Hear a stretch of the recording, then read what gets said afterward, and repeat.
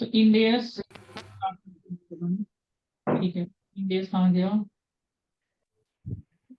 तो इंडेस, ये 5 इंडेस आपको अच्छा से गो थ्रू करना है, ठीक है। कोई कुछ पूछ रहा था ना इंडेस को लेके? हाँ, जैसे इंडेस में क्या था, 116 ना, कौन पूछ रहा था? सुरभि ना। Yes sir. 116 मैं जर्नल एंट्री पढ़ना है आपको, जर्नल एंट्रीज आपको बताया था पहला दिन, लेसर एंड लेसिका बुक्स में, ठीक है। सर एक क्वेश्चन है हाँ, एक बार सर, कंप्लीट अगर कर वो लेते पूछे हैं। डिस्काउंट कि रेट क्या यूज होता है वो पढ़ना है। डिस्काउंट रेट क्या यूज होता है, ROU एसिड क्या होता है वो पढ़िएगा। ROU एसिड में क्या क्या आएगा? बोलिए, क्या बोल रहे थे? सर अगर वो पूछे कि आर्टिकलशिप में इंडियस में क्या किया है तो क्या बोलेंगे? अगर नहीं बोलना है, इंडेक्स एक्सपोजर ऐसा। लगता ही नहीं है ना, इंडेक्स लगता ही नहीं है आपका, इतना टर्नओवर के बाद होता है। तो बोलेगा मेरे को थ्योरी नॉलेज ही है थोड़ा बहुत, प्रैक्टिकली मैंने देखा है कैसे कैसे होता है, मैंने नेटवर्किंग किया है दोस्तों के साथ। नहीं कहते नहीं क्यों जैसे मैंने एक ऑडिट की है जिसमें आपके इंडियस लगता था, लेकिन अब मुझे कुछ याद नहीं क्योंकि मैंने बहुत कम एरिया ही पे उस पे काम किया था। दोस्तों से मैंने बात वो करिए, ऑडिट दोस्तों से, हाँ दोस्तों से बात करिए जो जो देखा था उस टाइम, ऐसे करके इंडियस का निकाल लीजिए। ऐसे ही लोग, इतना इंडियस आपको बेसिक बुक इज नॉलेज भी है तो ले लेगा फ्रेशर लेवल में, इतना ज्यादा वो माथा बच्ची नहीं है इंडियस को लेके। आपको बस ये डिस्काउंट रेट, ROU एसिड वगैरह ये सब आता होना चाहिए, ठीक है। नहीं, और जैसे जैसे डेफर टैक्स एसिड, एक मिनट रुक जाइए। डेफर टैक्स एसिड में जो डिफरेंस आपको बहुत पूछता है, what is defer tax asset liability, permanent difference and, और जो होता है ना permanent and temporary difference. Temporary difference. Sir but अब परमानेंट और टेम्पररी हट गया ना, अब तो वो आ गया ना टैक्सेबल टेम्पररी डिफरेंस और डिडक्टेबल टेम्पररी डिफरेंस इन हाँ इंड एस 12। हाँ, ये और फिर परमानेंट उसके और बाद, टेम्पररी कॉन्सेप्ट हट गया है I think in end S. हाँ, हाँ, TDD और कैलकुलेशन, DTD आ गया है अब इन इंड हाँ एस 12। कैलकुलेशन कैसे होता है आपका, ये DTA का, DTA डिटेल का कैलकुलेशन पूछेगा। DTA डिटेल का कैसे होगा, क्या रेट लगेगा, क्या इनकम टैक्स रेट लगने वाला है, ठीक है। इनकम टैक्स रेट क्या लगेगा ये, और एग्जाम्पल बोली थी है। फिर आपका एक वर्चुअल सर्टेनिटी बोल के होता है ना, वर्चुअल सर्टेनिटी याद है? चलिए, ये वाला चीज कौन बताएगा, ये सारा चीज क्या है, किसको पकड़?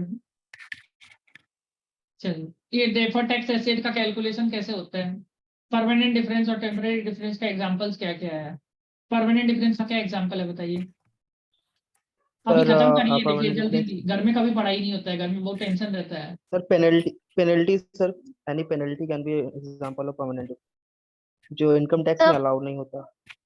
परमानेंट डिफरेंस का एग्जांपल होता है क्या, fine penalty donation, fine penalty donations है ना, डोनेशन हो गया, याद हो गया ना। देखिए घर में कभी पढ़ाई नहीं होता है, कुछ ना कुछ टेंशन रहता है लाइफ में, नहीं हो पाता है, कुछ ना कुछ चलते रहेगा, मन भी नहीं करेगा, नेटफ्लिक्स देखने का मन करेगा, उस टाइम आपका कुछ सर आ गया, कोई फ्रेंड बोल दिया बट कुछ। Sir permanent, temporary, sir but index में तो परमानेंट और टेम्पररी आता नहीं है ना, तो हमें फिर भी पूछेंगे, मतलब एएस के अकॉर्डिंग पूछेंगे वो लोग। वो ऐसे ही बोलेगा कि किससे निकलता है टैक्स, नामकरण चेंज, वो चीज तो एक ही है ना, वही मैं बोल रहा हूँ, ठीक है।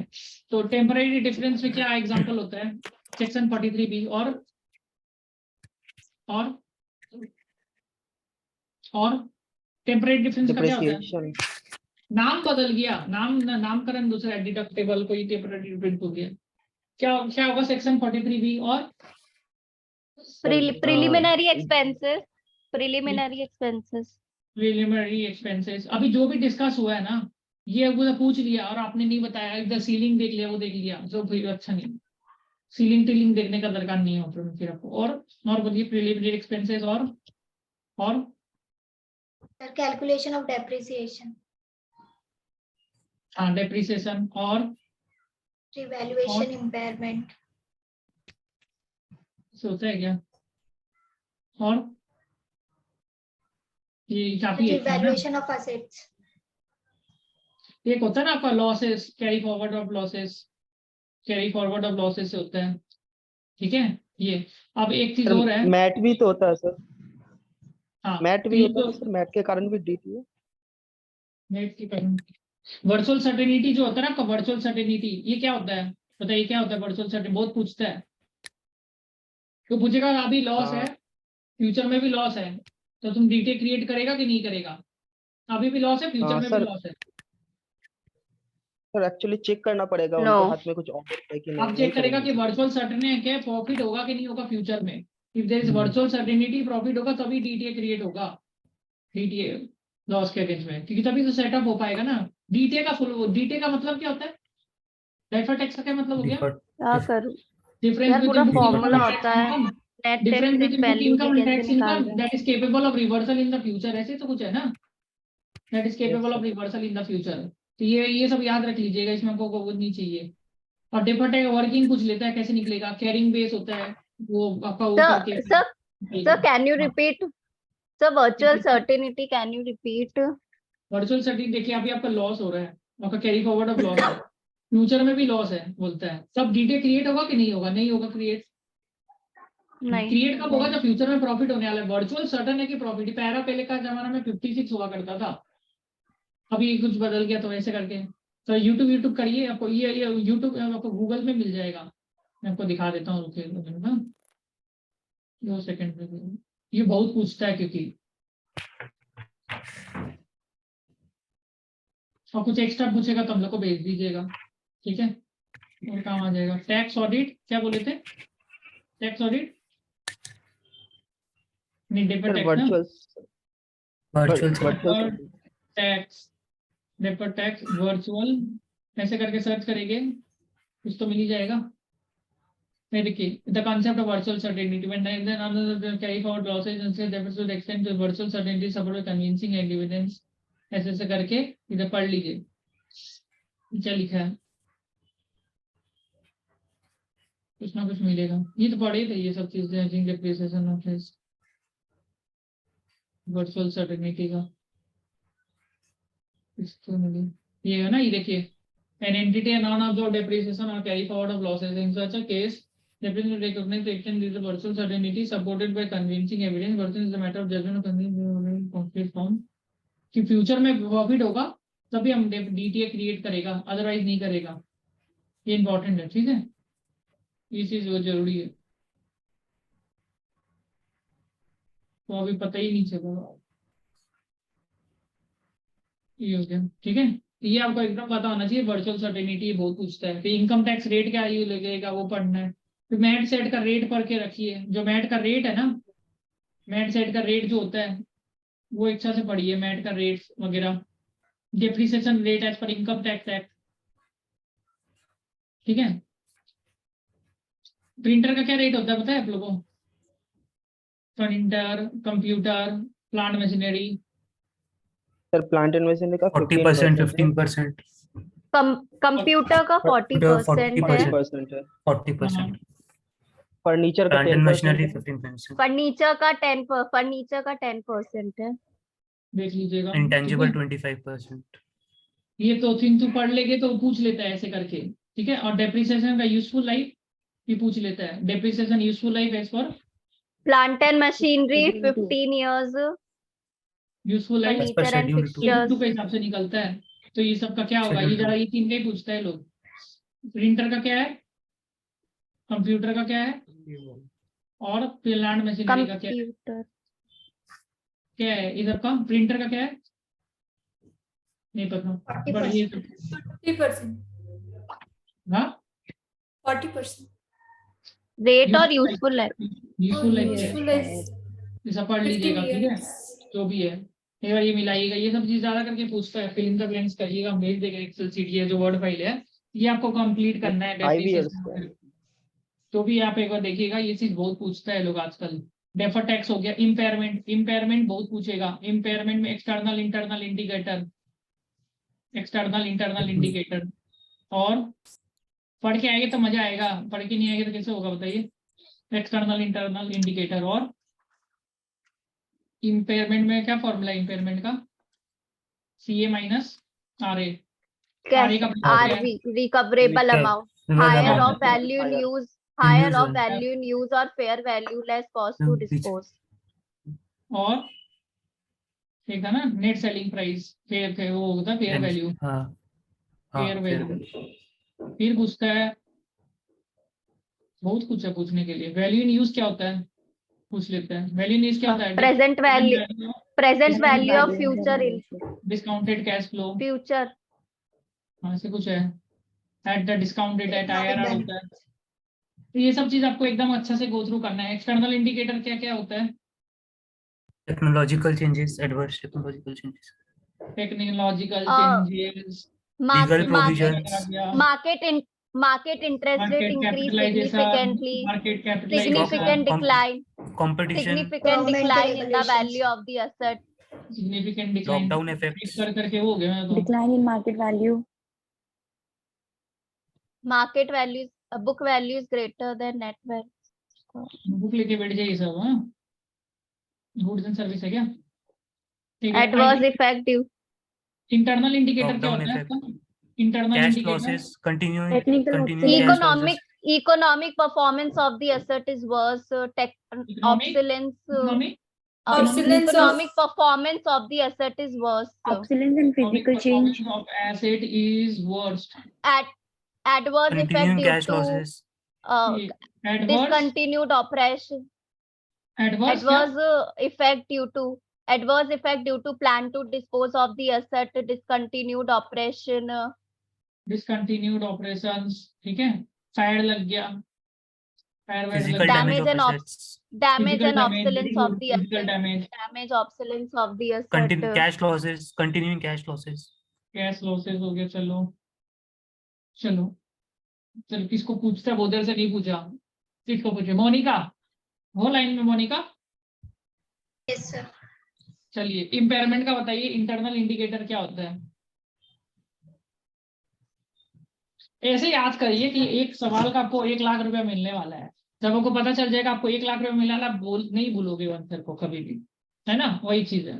कोई आपको आपका नाम पूछने का, आपको बोले आपका नाम बताइए क्या है, आपका नाम बताओगे तो आपको 1 लाख रुपया मिलेगा। आप भूलेगे नाम, नहीं भूलोगे अपना, या किसी का भी नाम नहीं भूलोगे। तो ऐसे ही याद करिए आंसर को, एक बार में याद हो जाना चाहिए एकदम चीज। ठीक है, एक्सटर्नल इंडिकेटर, इंटरनल इंडिकेटर का एग्जाम्पल बताइए क्या क्या होता है? सर, एक्सटर्नल इंडिकेटर के कोई गवर्नमेंट रेगुलेशन आ गया कि हम किसी एसेट को यूज नहीं कर सकते, तो वो सब हो गए। कोई मैक्रो इकोनॉमिक बढ़िया, फैक्टर्स हो गए, बढ़िया, टेक्नोलॉजिकल चेंजेस हो गए, ठीक है। और इंटरनल का sir change in the manner of very good. Use of Rucha, asset. Rucha, Rucha, Yes. चलिए आप बताइए इम्पेयरमेंट का फॉर्मूला क्या है? CA minus realizable value. Realizable value, recoverable amount होता है ना? Recoverable amount, sorry. हाँ, ओके, recoverable ठीक है, amount. ठीक है। रिकवरेबल अमाउंट का क्या होता है, क्या मतलब होता है रिकवरेबल अमाउंट? मतलब Recoverable amount means like a fair value or हम जितना क्वेश्चन fair कराए ना, सब value यही आएगा वहां पर में। आप लोग हंसी पे आएगा यही आया, और हमको आंसर नहीं आया वहां पर में। और दुख भी लगेगा आपको, शौक भी लगेगा, दोनों चीज होगा। ठीक है, बोलिए। fair value or realizable value, whichever is less. Fair value और Realizable value. नहीं, हाँ, फेयर वैल्यू और एक चीज और था, क्या था वो? Value in use, value in use, value value in use और फेयर वैल्यू। देखिए अभी आप लोग Fair ये value. समझ, ये अभी एग्जाम नहीं हो रहा है, इसका पैसा मिलेगा ये आंसर सही होने से, right? Fair value less cost to sell ना सर। हाँ, वैल्यू इन यूज और fair value. Value in use का ब्रेकअप क्या होता है?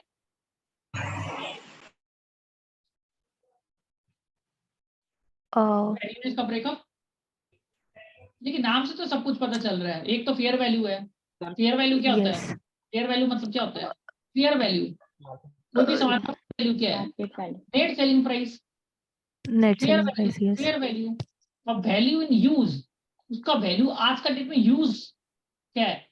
इम्पेयरमेंट हो रहा है ना, आज का क्या है? Present value of, present value, present value, value in use, आज का प्रेजेंट वैल्यू क्या है वो चीज का। और फेयर वैल्यू मतलब fair value, fair value, fair value, समझे? Fair value. Yes. तो आज का Fair फेयर value वैल्यू और क्या है? याद ऐसे होता है। और वैल्यू इन यूज, आज उसका वैल्यू इन यूज कितना है, प्रेजेंट वैल्यू निकालना है। अब याद हो गया ना, अब नहीं भूलेंगे जल्दी से। ये हो गया, नाम में सब कुछ होता है। Performance materiality, performance materiality, tolerable error, नाम में तो सब कुछ है। ओवरऑल मेटेरियलिटी, ओवरऑल है वो मेटेरियलिटी, प्लानिंग मेटेरियलिटी। ऐसे कर, अगर नहीं भी समझ में आता देखिए परफॉर्मेंस मेटेरियलिटी है वो सर। टॉलरेबल एरर, तो नाम में से कुछ आपको आंसर याद ही हो जाएगा। नाम को अगर थोड़ा सा 2-3 बार सोचोगे तो नाम से आंसर याद हो जाता है आधा से ज्यादा। ठीक है, ये हो गया एक्सटर्नल। ठीक है, हमको बताइए टेम्परेरी डिफरेंस का एग्जांपल क्या होता है मोनिका? टेम्परेरी डिफरेंस का एग्जांपल क्या है? टेम्परेरी डिफरेंसेस का जैसे कि सेक्शन 43B में कुछ पेमेंट एक्सपेंसेस बेसिस होते पे हैं होता जिनका है। डेटा। एग्जांपल बताइए 43B का example. Sir for example payment of bonus, उसका जब हाँ, उसका इनकम टैक्स में वेरी डिडक्शन गुड, मिलेगा good, on the basis of actual payment if it is paid up to the date of return and filing. ठीक। Actual या और अगर पेमेंट वर्चुअल नहीं, सर्टिनिटी क्या होता है? Virtual certainty virtual certainty sir अगर हमारे कोई ब्रॉड फॉरवर्ड लॉसेस है या फिर लॉसेस हो रहे हैं हाँ हाँ, तो उसकी आगे हम चेक करते हैं कि आने वाले सालों में कि प्रॉफिट्स प्रॉफिट होने होगा के कि नहीं होगा। चांसेस है या नहीं है। वर्चुअल So that, सर्टिनिटी आप चेक करेगा, उससे projected deferred tax statement asset- मांग लेगा, फाइनेंशियल्स मांग लेगा, प्रोजेक्टेड फाइनेंशियल से पता चल जाएगा आपको, क्लाइंट का प्रोजेक्टेड फाइनेंशियल से पता चल जाएगा। अब जैसे पेटीएम जोमेटो है, पता ही है लॉस होने वाला है, तो पता ही है लॉस है, फ्यूचर में भी लॉस ही होने वाला है, तो बोल रहा है हमारा फ्यूचर में प्रॉफिट दिखाई दे रहा है। कब दिखाई दे रहा है आपको प्रॉफिट? तो थोड़ा सा आप लोग को थोड़ा अपना लगाना है, वो रीजनेबल वर्चुअल सर्टेनिटी कि प्रॉफिट कब होगा तो तब दिखाई दे। वो नहीं, नेक्स्ट ईयर ही प्रॉफिट शुरू होने वाला है, अभी तक लॉस चल रहा था बड़ा 15 साल तक, अब हम लोग का नेक्स्ट ईयर से प्रॉफिट शुरू होगा। हम लोग प्राइस इंक्रीज कर रहे हैं, कस्टमर अचानक सा प्रेशर देगा प्रोडक्ट का। कॉम्पिटिटर हम लोग ने खत्म ही कर दिया पूरा, नो कॉम्पिटिटर को हम लोग ने कब्जा कर लिया। तो कुछ ऐसा कुछ है, तो वो आप लोग को पूछना पड़ेगा कि वर्चुअल सर्टेनिटी है कि नहीं है उस चीज को लेकर। ठीक है, एक पूछता है डेप्रिसिएशन का फॉर्मूला बताइए WDV का, तो पढ़ लीजिएगा। ठीक है, डेप्रिसिएशन का फॉर्मूला WDV का बहुत डेंजर फॉर्मूला है वो। वन हाँ one minus under root of हाँ residual value upon cost of asset. हाँ, डेप्रिसिएशन का फॉर्मूला WDV बहुत पूछ लेता है अचानक से। ठीक है, तो ऐसे कुछ है ना, 1 माइनस फिर scrap value to the power divide by under जो ओरिजिनल कॉस्ट होता है, जो डिवाइड बाय हिस्टोरिकल कॉस्ट निकल के आता है, जो ओरिजिनल क्या कॉस्ट और बोलते हैं उसको? WDV historical original cost minus कुछ कॉस्ट होता है, और हिस्टोरिकल कॉस्ट कॉस्ट माइनस और डेप्रिसिएशन, WDV हिस्टोरिकल कॉस्ट और माइनस WDV। डेप्रिसिएशन। हाँ, फिर इसको ब्रैकेट लेके इसको ब्रैकेट में लगाता है, ब्रैकेट में 1 divided by n, 1 N, divided हाँ बाय बस, n पावर हाँ ऐसे करके n 1 is the remaining हो सकता number है of कुछ। life in years, अब ये ऊपर में कैसे करेगा n मुझे is पता नहीं, तो इसको number ऐसे कर दिया। हाँ, अब इसको 1 ऐसे upon करा, n, 1 divide by n, useful life, 1 divided by n, करोगे ना, ये देखिए remaining ये- useful life in years, हाँ remaining useful life। Remaining useful life, तो ये सब आंसर बता दोगे ना, क्या वो खुशी हो जाएगा पूरा, ये सब पूछ लिया तो। ये सब ही है डेप्रिसिएशन। ये हो गया ट्रेड पेपर। एक आपको पूछता है इन्वेंट्री का एजिंग कैसे चेक करेगा। ठीक है, ये सब हो गया tough questions. How to check, अब जो नहीं आया कि देखिए कितना नुकसान कर रहा है वो ना इन्वेंट्री का। आप एजिंग कैसे चेक करेगा, मतलब जो स्लो मूविंग गुड्स है, स्लो मूविंग गुड्स है और फास्ट मूविंग गुड्स है, कैसे चेक करेगा,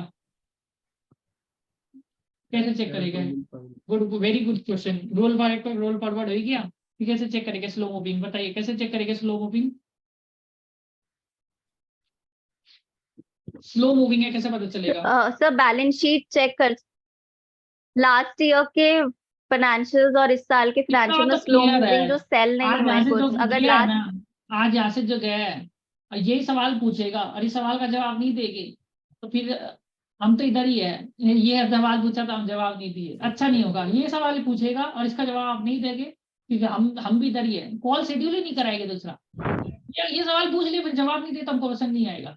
ये याद नहीं किए, टाइम नहीं मिला पढ़ने का, क्यों नहीं मिला टाइम पढ़ने का, सरकारी हम इतना याद करा दिए।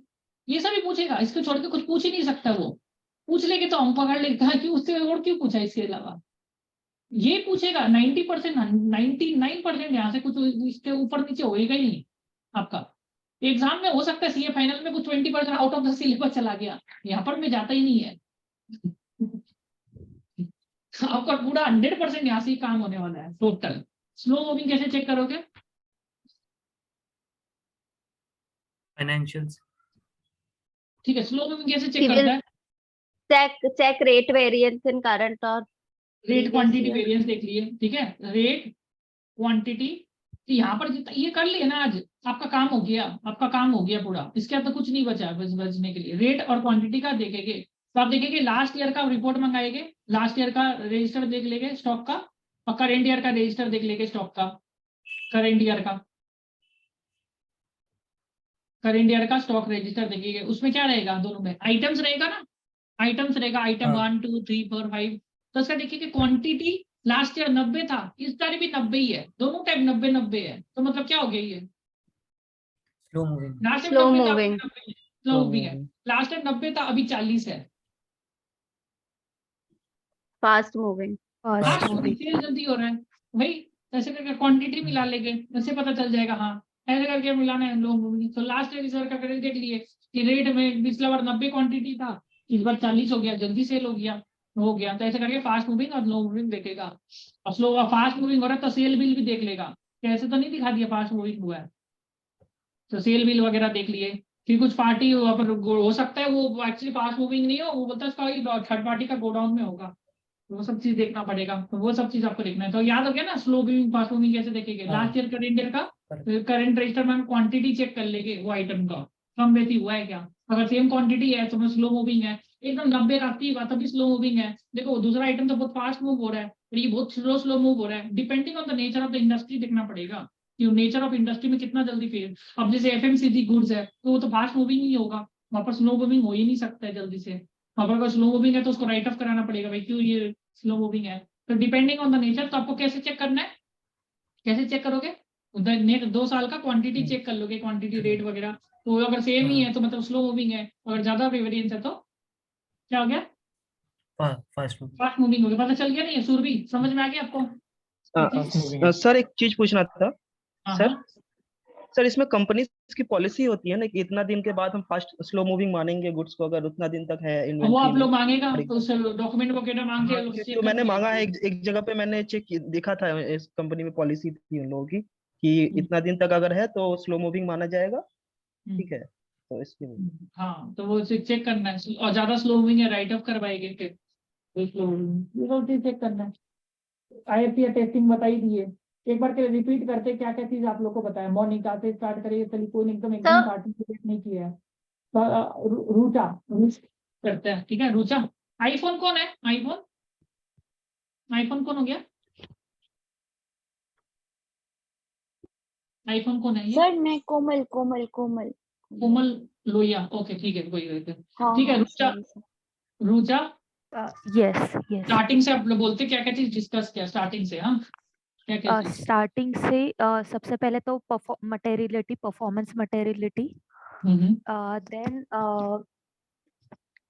then audit of the areas, fixed hmm, asset, receivables, payables, inventory, cash and cash equivalents, hmm, revenue, hmm, then payroll, then other expenses. Hmm, Then we look for the assertions, hmm,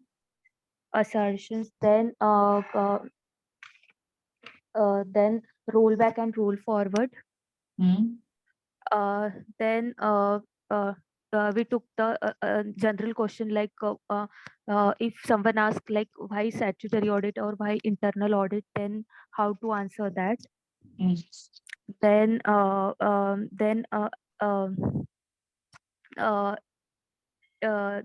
uh, we also took question like if someone asks do you have any question, then how to answer that also. Then difference between IFC and IFCR testing. Then we took index 116, like what areas should we cover into that. Then we also took the case studies related to fraud, like practical case studies related to fraud. That also we took. Then areas to be covered, DTA, DTL, deferred tax asset, deferred tax liability, how to calculate that. Then MAT rate, depreciation rate to be looked into it. Then impairment of the asset. Then what are the internal, external indicators for the impairment.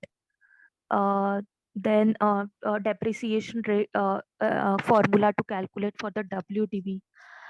Then we also took one topic related to like how to check inventory for slow moving, fast moving.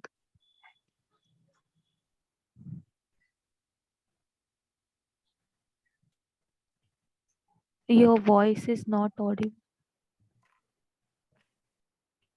Sir, your voice बोल is रहे थे not. Expected salary बोलेगा what is the market rate, I am a fresher right now, what is the market rate, I am ready to willing to work on that. अब कोई का मान के चलिए 1 साल हो गया बिग फोर में, अब उसको थोड़ा है तो बोलेगा since I have a 1 year in big four and I am switching to the same profile, so I am expecting 30-40% hike. तो डिपेंडिंग ऑन वो अगर पूरा एक्सपीरियंस है तो वो अलग बात है। फ्रेशर है तो उसको कोई भी जो मार्केट रेट है वही बोलना है उसको, क्या फ्रेशर राइट ना, much more focused on learning. अगर मान के चलिए वो ऑडिट में 1 साल हो गया उसका, कीर्तिका का आई थिंक 1 साल हो गया, तो कोई का एक साल हो गया, अनिकेत वगैरह कोई का भी 1 साल अगर हो गया तो वो फिर बार्गेन कर सकता है, पर वो आपको एचआर के सामने करना है, टेक्निकल इंटरव्यूअर के सामने नहीं करना है। तो वो याद रखिएगा, एचआर के सामने जो भी करना है एचआर के सामने बोलेगा मैम क्योंकि मेरा 1 साल हो गया है and I work well also interview with that I am expecting 30-40% request करिएगा तो बोलेगा ठीक है हम लोग देखते हैं ऐसे करके, ठीक है। तो अगर 1 साल हो गया तो मेरे हिसाब से वही करना चाहिए, और जनरली 20% ऐसे ही देता है तो 75-30% ऐसे ही देता ही है अगर आप हाइक कर अगर स्विच करोगे तो दिस इज द थिंग। और सर 6 months हुआ तो 6 months में हाइक नहीं देते, और आपको तो आईसीआईसीआई बैंक का है तो सफर कोई हाइक वाइक का सिस्टम ही नहीं है कुछ, आप तो चेंज प्रोफाइल चेंज कर रहा है तो जो उसको देना वही देगा वहां पर में।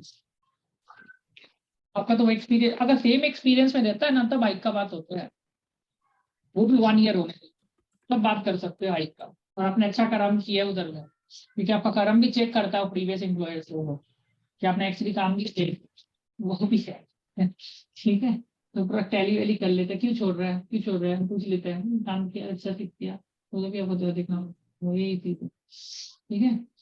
तो ये भी चीज हो गया, ठीक है। तो मैंने सबका idea how to check inventory, slow moving stock कैसे चेक करोगे बताइए, कौन बताएगा? How to check slow moving stock, how to check slow moving stock, कौन बताएगा? कीर्तिका सर लास्ट ईयर का स्टॉक रजिस्टर हाँ और सर इस साल का जो स्टॉक रजिस्टर के साथ हम लोग क्वांटिटी देखें, क्वांटिटी का चेक करेंगे सर, क्वांटिटी और रेट भी देखेंगे। ठीक है बढ़िया। आई थिंक सो मेरे हिसाब से तो मैंने इतना अच्छा से करा दिया, very difficult for you to forget after this session, okay it's very difficult. ये मैं नोट्स दे दूंगा, और जो नहीं है वो बहुत मरा चुना किया, बिकॉज क्या है ना हम मेरा क्या कि हम इंसान को याद करा सकते हैं, ये हमारे में क्वालिटी है कि हम इंसान को याद करवा देते हैं आंसर को। हमने जो क्लास 12 में कोई अगर भोपाल गैस स्ट्रेटेजी सुना होगा ना, जो आपका चेरनोबिल डिजास्टर वगैरह आज तक लोगों को याद है, तो वो याद ऐसे तरीके से करवा देते हैं इंसान को, भूलना बहुत मुश्किल हो जाता है। तो वो जो नहीं है वो पढ़ते पढ़ते वो हो जाता है, और हम लोग वही रेलेवेंट चीज ही करवाता है, इरेलेवेंट चीज का टाइम हाँ ही सर नहीं है। भूल जाते हैं, हाँ भूल जाते इरेलेवेंट चीज कराते ही नहीं है, जो रेलेवेंट है जो आएगा वही करवाएंगे ना। आपका टाइम हम लोग का, क्योंकि हमको पता है कि अगर ये इंसान को अगर 10 चीज देगा, 10 में से 5 चीज बेकार है जो आना ही नहीं है, तो बेकार चीज में माथा ज्यादा लगाएगा। ये ह्यूमन बींग्स का आदत होता है, मैथ का सम हो या कोई भी हो, जो चीज नहीं आना होता उसमें ज्यादा माथा लगाता है कोई भी इंसान, तो हम करवाते ही नहीं है जो नहीं आने वाला चीज है हम करवाते ही नहीं है, क्योंकि उनको पता अगर हम जो नहीं आने वाला चीज करवा देंगे उसी में माथा ज्यादा लगाएगा। तो इसी में डाउट है मेरा, डाउट के कारण जो चीज आने वाला है वो भी नहीं करके। मेट्रिलिटी नहीं आता है आप लोग को, मेट्रिलिटी तो पहला क्वेश्चन ही पूछेगा, फर्स्ट क्वेश्चन इज मेट्रिलिटी, नहीं आता है। Thank you. और ये क्वेश्चन एक और याद रख लीजिए, how to check samples, very important, भूल गए। How to check samples, how do you do sampling, very important. How do you do sampling, how do you do sampling, sampling कैसे करोगे, हाउ टू डू सैम्पलिंग, ठीक है। How to do sampling. इससे पहले एक important question है, जैसे for example I think so Monika is from Infosys right, and some Sakshi आप कहाँ से हो, आप कहाँ से हो गया? फ्रॉम मतलब कहाँ से कैसे, मतलब लास्ट ऑर्गेनाइजेशन क्या था आपका? PwC India, profile audit, start audit audit ही आपका, ठीक है। इन्फोसिस है, और एक जन I think so Rucha is there, I don't know. हाँ रुचा इज, आप कहाँ से बिलोंग करते हो? Yes, एक्सेंचर वगैरह ना। Accenture. हाँ Yes. तो ये चीज एकदम प्रिपेयर करके रखें कि यहाँ पर मैं बोलना क्या है, बिकॉज उसको ऐसे दिखाना है कि आपका आर्टिकलशिप पे आपने ऑडिट ही की है, ठीक है, आर्टिकलशिप पे आपने Yes. ऑडिट ही अच्छा से किया है, ऐसे करके दिखाना है। तो हमको ऑडिट बहुत अच्छा से आता है। तो मेरा पहला जॉब था, तो पहला जॉब में, और आपका तो ज्यादा टाइम हुआ नहीं है। मोनिका कितना दिन हुआ आपका, कितना दिन हुआ इधर में इन्फोसिस में? 6 months. 6 महीना, कितना? Yes. 6 महीना, तो कोई दिक्कत। आपका कितना टाइम हो गया रुचा? 1.5 years. 1.5 ईयर्स हो गया। तो बोले हमको मिल रहा नहीं था, कोविड आ गया था, ये था, तो अपॉर्चुनिटी था, मिल रहा नहीं था, but I am desperately I am very much excited to join this profile. आपको एक्साइटमेंट दिखाना मेरे को था, और मैंने आर्टिकलशिप तो यही किया प्रॉपर्ली। आप चाहे तो मेरा नॉलेज टेस्ट कर लीजिए, हमको सब आता है, मेटलिटीज, एम्पलिंग, टेम्पलिंग, जो पूछना है पूछ लीजिए, हमको बहुत अच्छा से आता है। टाइम नहीं मिल रहा था, बस अपॉर्चुनिटी नहीं मिल रहा था, Yes. कॉल नहीं आ रहा था, कॉल ही नहीं आ रहा था, सबसे बड़ा प्रॉब्लम वो हो गया। I was waiting for long time to get the call only, I was not getting call. ऐसे करके आपको बोलना है, समझ गए क्या? और मोनिका का आपको Yes. समझ में आ गया, अंकिता वाई से बैठ गया, ठीक है, ये हो गया मोटा मोटी। देखिए, एक होता है स्टेट ऑडिट, दूसरा होता है इंटरनल ऑडिट, ठीक है। तो इंटरनल ऑडिट में क्या है, आपको 2-3 ही सवाल है जो ज्यादा करके पूछता है, मैं अभी इसको डिबूट में नहीं करूंगा, तो ज्यादा करके चांसेस होता है, अगर स्टेट नहीं लगा तो इंटरनल लग जाता है, ठीक है। ये आपका एक होमवर्क रहेगा, होमवर्क आपका क्या क्या है, हम आपको बता देता है। पहला होमवर्क है आपका क्या है, हाउ टू डू सैम्पलिंग, ठीक है, ये आप पढ़ोगे, ठीक है, सारा तो हम ही करवा दिए, हाउ टू डू सैम्पलिंग। उसके नेक्स्ट क्वेश्चन जो होगा इंटरनल ऑडिट का, ऑर्डर टू कैश, फिर प्रोक्योर टू पे, और हायर टू रिटायर, ठीक है। 3-वे मैच, नाम सुने ना, पहले बार सुन रहे हो ना सब क्या? नो सर, सुने हुए किए हुए। सुनिए ना, ठीक नहीं है। सर, सुना है। ये सब, एक हाँ, वो भी ये सब होता है आप लोग को रिकॉर्ड अच्छा टू से करना, रिपोर्ट। हाँ हाँ, एक R2R होता है, ये सब आप लोग को अच्छा से पढ़ना है बढ़िया से, ठीक है। तो हाई चांसेस है रिकॉर्ड टू रिपोर्ट, ठीक है, ये सब पढ़ना है, ठीक है। मैं आपको 2-3 एग्जिट अपॉर्चुनिटी बता देता हूँ। एग्जिट अपॉर्चुनिटी क्या है ना, आप लोग जो भी प्रोफाइल में है, तो एक तो स्टार्ट आउट मिल जाता है, ठीक है, इट्स हाई प्रोफाइल, कि आप लोग एग्जिट अपॉर्चुनिटी का टेंशन लेने का दरकार नहीं। इंडिया है, ऑफशोर है, सीए फर्म है, कहीं ना कहीं मिल ही जाएगा, देयर इज नो प्रॉब्लम कि यहाँ पर नहीं है, ठीक है। ये लोग एनी टाइम दरकार होता है, स्टैट इंटरनल ऑडिट में एनी टाइम रहता है, स्टैट इंटरनल ऑडिट, ठीक है, stat internal audit any time there is vacancy, okay. एक फैस बोल के प्रोफाइल होता है, फैस को अभी बहुत जनकार है, फैस पूरा इंडियस पढ़ लीजिएगा, इंडियस IFRS इंडियस एक जैसा ही होता है, जर्नल एंट्री पढ़ लीजिएगा, फैस बोल के बहुत ज्यादा लेता है, ठीक है, समझ गए? अरे क्या है फैस? वो अकाउंटिंग वाला प्रोफाइल हो गया, ठीक है। तो इंडियस IFRS वगैरह वो सभी पूछेगा। एक आपका आता है फंड अकाउंटिंग, सुन लीजिए, ठीक है। तो वो जो उनको टेंशन रहता है, मेरा कॉल नहीं आ रहा है, वो नहीं आ रहा है, कॉल आएगा उसको 24 घंटा ही मिलेगा, तो ऐसे भी रिजेक्ट ही होना है, प्लीज अंडरस्टैंड दिस, ओके। अगर आप वेट कर रहे हैं ना कॉल आने का, मतलब सुसाइड करने का काम कर रहे हैं, बिकॉज उसके बाद आपको टाइम ही नहीं मिलेगा। आप बोले तो घर में आग लगे, तब हम थोड़ी ना घर से बाहर निकलेगा, आपको पता चल गया एक सुनामी आने वाला है, तो पहले से रेडी रहेगा ना, वही चीज। इंटरव्यू है ना, कभी भी आने वाला है, इंटरव्यू आने का देरी है, बस आना तो है ही, कहीं ना किसी का आ जाता है। एक लड़की थी, उसका कारगिल से आ गया, तो आ ही जाता है, किसी ना किसी से आना ही है कॉल, समझिए, कॉल ऐसा चीज कहीं ना कहीं से आ ही जाता है। तो ये अभी आपने क्या बोला, एग्जिट रूट क्या क्या है, तो एग्जिट अपॉर्चुनिटी, यहाँ से निकलने का अपॉर्चुनिटी, पहले तो बिग 4 इंडिया है, ऑफशोर है, टॉप 20 सीए फर्म है, स्टेट ऑडिट है, फैस है, फंड अकाउंटिंग है। फंड अकाउंटिंग आपका कंट्रोलर प्रोफाइल होता है, जितना भी आपका ये जो अकाउंटिंग प्रोफाइल होते हैं ना, कंट्रोलर प्रोफाइल्स, जैसे हेज फंड अकाउंटिंग, मैंने एक वीडियो मैंने भेजा था, वीडियो वगैरह भेज दिया, हेज फंड अकाउंटिंग वगैरह, ये सब कंप्लीट करिए, हेज फंड अकाउंटिंग, फिर कंट्रोलर प्रोफाइल्स, जितना भी आपका गोल्डमैन से बार्कलेज है ना, बार्कलेज, गोल्डमैन, जितना भी है ये लोग बहुत हायर करता है, अकाउंटिंग प्रोफाइल्स में हायर होता है, बैंक ऑफ अमेरिका वगैरह। तो इसमें बेसिकली आपका जो आपका इंडियस IFRS सबको आता है ना, और मैंने एक फंड अकाउंटिंग का भेजा था, देखे थे आप लोग ने PDF, फिर से सेंड कर दूंगा, फंड अकाउंटिंग भेजे थे, देखा था किसने? नहीं देखा फंड अकाउंटिंग, यही भगवान, फंड अकाउंटिंग तो भेजा था, तो अभी थोड़ा दिन पहले भेजा था ग्रुप में, कोई नहीं देखा फंड सर अकाउंटिंग? मैंने देखा था, लेकिन मतलब अंदर पढ़ा नहीं बस सर। खोल पढ़ा देखो, नहीं। टाइम पास के लिए तो देगी नहीं, जो दे रही थी बहुत ज्यादा स्कोप रहता है फंड अकाउंटिंग के ऊपर में, ठीक है। तो बता कि फंड अकाउंटिंग को, चार्टर्ड अकाउंटेंट को अकाउंटिंग का फट दिन ही मिल जाता है, फंड अकाउंटिंग अच्छा प्रोफाइल है, और वर्क लाइफ बैलेंस भी बहुत अच्छा है। तो accounting, fund accounting management fees कैसे कैलकुलेट होता है यार, देयर NAV कैलकुलेशन वगैरह, वो एकदम आपको पढ़ना है। तो स्टेट इंटरनल ऑडिट इंडियस अच्छा से पढ़ लीजिए, क्योंकि बहुत ज्यादा क्या होता है ना, देखो इंडस्ट्री में आपको फाइनेंशियल रिपोर्टिंग का काम मिल सकता है बहुत easily, financial reporting, account finance इसको बोलता है, अकाउंट एंड फाइनेंस। तो ये आपको इंडियस IFRS आता है ना, इंडियस आता है तो बहुत इजीली आपको यहाँ पर स्कोप मिल जाता है। इंडियस आपको बेसिक लेवल का इंडियस आता है, जब मैंने बोला ना 4-5 इंडियस आपको अच्छा से आता है, तो आपको बहुत हाई चांसेस है आपको ले लेगा। ये सब चीज आपको कंप्लीट करना है। क्या कैसे बोला, स्टेट तो हो ही गया, स्टेट हमने करवा ही दिया, इंटरनल में ये सब पढ़ लीजिए, प्रोसीजर पढ़ लोगे, कहाँ पर जॉब है आपको पता है ये सबका? ये देखिए ये सब तो है ही, ये जो order to cash, procure to pay की कहाँ पर जॉब है बताइए, कहाँ पर जॉब मिलेगा ये सब करके, कहाँ मिलेगा? Genpact, internal sir audit. Company TCS, TCS, Capgemini, जितना भी KPOs वगैरह है यहाँ पर मिलते रहते हैं कुछ ना कुछ। एक्सेंचर में मिल जाएगा, कहीं ना कहीं कुछ ना कुछ तो मिलते ही रहेगा। तो देखिए कुछ सीखेंगे तो नुकसान नहीं है। Order to cash, procure to pay, अब पूरा इंटरनल ऑडिट आता तो वहां पर मिल गया। अब मान के चलिए अब कोई अगर एक्सेंचर का SAP में है ना, एक्सेंचर का वो SAP में अभी बैठ के रखा है, अगर उसको हाइक करवाना है ना, बिग फोर का SAP में चल जाओ, 20-30%, 40% हाइक हो सकता है उसका इजिली। यहाँ से ये करके चांसेस है कि हाँ वो लोग कर दे, वहां पर मैं चांसेस है, यहाँ पर मैं कर दे। तो आपको पता होना चाहिए आपका एग्जिट रूट। तो हर इंसान को 3 रास्ता पता होना बहुत जरूरी है। आई ऑलवेज से एक रास्ता हमेशा ही वो रहता है नहीं कि लगेगा नहीं लगेगा, डाइवर्सिफिकेशन चल के चलिए। तो हमेशा 3 रास्ता रखिए अपने पास, और 3 रास्ता के लिए पढ़ाई करिए। तो 3 में से एक लग गया तो ठीक है, बात समझ रहे हो? 3 रास्ता हमेशा खुला रखिए अपने लिए। तो एक हो गया स्टेट ऑडिट, एक इंटरनल ऑडिट, IFRS आना चाहिए, Ind AS IFRS, controller profile, ये सब चीज। तो हाई चांसेस है SAP का प्रोफाइल पढ़ के रखे, नॉलेज हमेशा काम आने वाला है, समझे?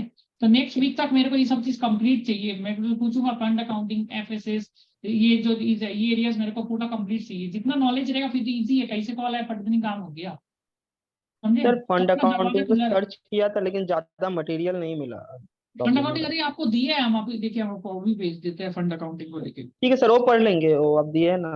हम आपको फंड अगली बार अकाउंटिंग का देखूंगा ना सर। भेज रहे हैं, आपको एक ई चैनल ही भेज देता है, रुकिए। हाँ, फंड अकाउंटिंग इतना हम्म। जबरदस्त प्रोफाइल है, और आजकल बहुत ज्यादा हायर हो रहा है फंड अकाउंटिंग में। साउथ में ज्यादा वैकेंसीज मिलेगा आपको, जितना भी है ना, चेन्नई में, बेंगलोर, आपको भेज ही देते ये ग्रुप में। हम नोट्स भी दिया था, नोट्स खोजिएगा स्टार्टिंग से जाके, वो भी मिल जाएगा। तो ये बहुत अच्छा प्रोफाइल है, वर्क लाइफ बैलेंस अच्छा रहेगा इसमें, ठीक है?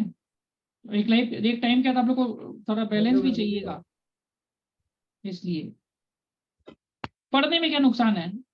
अच्छा मैं कुछ हाँ सर। है ना, ये भेज दिया मैंने चैनल। ये फंड अकाउंटिंग का, इसका जाके खत्म करिए सब कुछ फंड अकाउंटिंग। और मैं PDF भी नोट्स दिया था, PDF नोट्स दिया था, वो शेयर कर दीजिएगा वापस मेरे को, जो दिया था तो ऊपर से देखिए, हम फॉरवर्ड कर देगा। तो फंड अकाउंटिंग पढ़िए, fund accounting, order to cash, procure to pay, hire to retire. ये टाटा स्टील जो है, टाटा बिरला जितना है ना, और कॉल का टेंशन मत लीजिए, कॉल आ ही जाएगा। कॉल का भाई टाटा स्टील है, रिलायंस है, ये लोग बहुत से हायर करता है ये सबसे, ये प्रोफाइल में order to cash, procure to pay, accounts profile, ये सब चीज। तो ये सब चीज करिए। थोड़ा थोड़ा FP&A पढ़ लीजिए, FP&A का FP&A पढ़ लीजिए, बजटिंग, फोरकास्टिंग। पढ़ के में क्या दिक्कत है, पढ़ के रखेंगे बाद में कोर्स बन जाएगा, कुछ ना कुछ तो कर ही लेंगे सर ना। तो फिर CV भी मतलब सर, अलग अलग बनाना है, तो अलग सर अलग अगर बनाना ये है। जैसे सर ये जो कंपनीज है, जनपैक वगैरह, एसेंचर, मतलब फिर CV भी उसी अकॉर्डिंग बनाना पड़ेगा ना, थोड़ा फिर थोड़ा अलग ऑर्डर टू बनाना पड़ेगा। कैश। आप जॉब डिस्क्रिप्शन पढ़ लीजिए, जॉब डिस्क्रिप्शन में जो ज्ञान लिखा है, मान के चलिए को जो बोल रहा है कि KPO ये सब, ऑर्डर टू कैश, तो वो सब लिख दीजिए जो अपना जॉब डिस्क्रिप्शन में। ये KPO सभी मांगता है, order to cash, procure to pay वगैरह, तो वो लिख दीजिए। सर बजटिंग लेकिन सर नौकरी हम्म। में तो एक ही CV डालेंगे ना सर, नौकरी में एक तो ही वहां डालेंगे। से तो वहां नौकरी में से एक ही मान डालेंगे। लीजिए कॉल आ रहा है, तो वो हम्म। लोग तो ऑलरेडी देख चुके हैं हमारा CV, और फिर हम उनको कोई दूसरा फर्क नहीं CV पड़ता, फॉरवर्ड कर। कोई फर्क नहीं पड़ता, अलग अलग CV बनाइए, इतना टाइम नहीं है लोग के पास। आप नहीं है, बहुत है आदमी से। नहीं वो लोग कॉल करके बोलते भी है कई बार कि आप हमें अपना अपडेटेड CV शेयर कर दीजिए, हाँ, हम आपको अपडेटेड JD CV। भेज रहे अब हैं, एक और उसको मतलब बताएगा, आता ये है कई बार। मैं उसको ऐसे भी बताएगा, देखिए मैम हमने इतना काम किया कि एक CV कम पड़ जाता है वो काम के लिए, है ना। और एक CV का हम बहुत काम किया था, देखने एक CV में डाल नहीं सकते, पर आप लोग बोलते हैं एक ही पेज का CV बनाएंगे, तो हम क्या करें? 5 पेज का बनाएंगे तो हम लोग को एक नहीं पड़ेगा, ठीक है? तो करके करिए, देखिए नॉलेज एकदम अक्वायर करिए। यहाँ से सुबह उठ के FP&A करिए, रात को करिए order to cash, procure to pay, दिन को ऑडिट करिए, और बीच में टैक्सेशन लेके बैठ जाइए, सब कुछ पढ़ते रहिए। कहीं ना कहीं से कॉल तो आएगा ही आएगा, कॉल तो आएगा ही। और कॉल के लिए सबसे इंपॉर्टेंट चीज है, पूजा करिए सुबह उठ के, ये कॉल आ जाए कहीं से, बस काम खत्म। सब काम हो गया है। पढ़ना बहुत इंपॉर्टेंट है, पढ़ने से कहीं ना, कॉल का टेंशन मत ही लीजिए, कॉल का एकदम ही टेंशन नहीं है, कॉल का हम लोग जाप्ता कर देता है। मेन है यहाँ पर पढ़ना में एकदम ध्यान दीजिए। कहीं से भी कॉल आ जाए तो आपको ये नहीं होना चाहिए ये तो मेरे को आता नहीं है,